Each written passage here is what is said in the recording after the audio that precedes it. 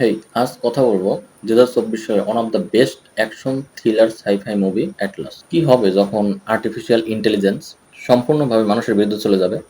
সবকিছু তো ঠিকঠাক ছিল। বর্তমানে আমরাও তো জানি এআই আর্টিফিশিয়াল ইন্টেলিজেন্স হলো আমাদের ভবিষ্যৎ, যাদের মানুষের কল্যাণে ইউজ করা হবে। তবে হঠাৎ এমন একটা দিন আসে, রোবট যখন নিজেদের মতো চিন্তা করে এবং মানুষের ওপর আক্রমণ শুরু করে, যার কারণে সারা পৃথিবীতে 30 লক্ষ মানুষ শহীদ হন। তো এখানে অবশ্যই প্রশ্ন থাকবে, এই আর্টিফিশিয়াল ইন্টেলিজেন্স বা রোবট কে নেতৃত্ব দেয়? হ্যাঁ, আপনারা ঠিকই ধরেছেন। জি হ্যাঁ, এই আর্টিফিশিয়াল ইন্টেলিজেন্স বা রোবট কে নেতৃত্ব দেয় হারল্যান্ড নামে একজন রোবট। তাকে বর্তমানে এআই টেররিস্ট বলা হয়। একটা কোম্পানি হারল্যান্ডকে বানিয়েছিল মানবতার কল্যাণে। তো কি হলো, হারল্যান্ড কিভাবে নিজের প্রোগ্রামিংটা কমপ্লিট ভাবে পরিবর্তন করে ফেললো?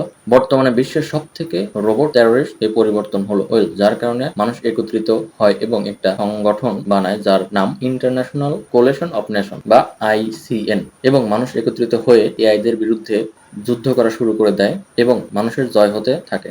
রোবট টেররিস্ট বা হারল্যান্ড হঠাৎ পৃথিবী ত্যাগ করে, তার কোনো খোঁজ নাই। তবে সে একটা বার্তা পাঠিয়েছিল, সে পৃথিবীতে আবার ফিরে আসবে এবং তার অসম্পূর্ণ কাজ সম্পূর্ণ করার জন্য। তো আবার ফিরে আসবে, তবে কি কাজ সেটা? তারপর প্রায় 28 বছর পার হয়ে যায়। সিনেমাতে আমরা সুন্দরী গায়িকা জেনিফার লোপেজকে দেখতে পাই এবং সেই এই সিনেমার মেইন ক্যারেক্টার। সিনেমা পরিচালনা করেছেন ব্র্যাড পেটন। কিন্তু এই ডিরেক্টরের কিছু ভালো ভালো সিনেমা আছে, যেমন র্যাম্পেজ, জার্নি টু ইত্যাদি ইত্যাদি। ওভারঅল অনেক ভালো ভালো মুভি সে বানিয়েছে। আপনারা যদি সম্পূর্ণ মুভিটা দেখতে চান, আপনার এদিক ওদিক দৌড়ানোর কোনো দরকার নেই, কোথায় কোন ওয়েবসাইটে মুভিটা দেখবেন টেনশনের কোনো দরকার নেই। আমার ইউটিউব চ্যানেলের অ্যাবাউট সেকশনে টেলিগ্রাম চ্যানেলের লিঙ্ক দেওয়া থাকবে, সেখানে জয়েন হলে আপনারা নতুন নতুন সকল হলিউড, বলিউড, টলিউড সকল ধরনের মুভি পেয়ে যাবেন। Tata, bye bye.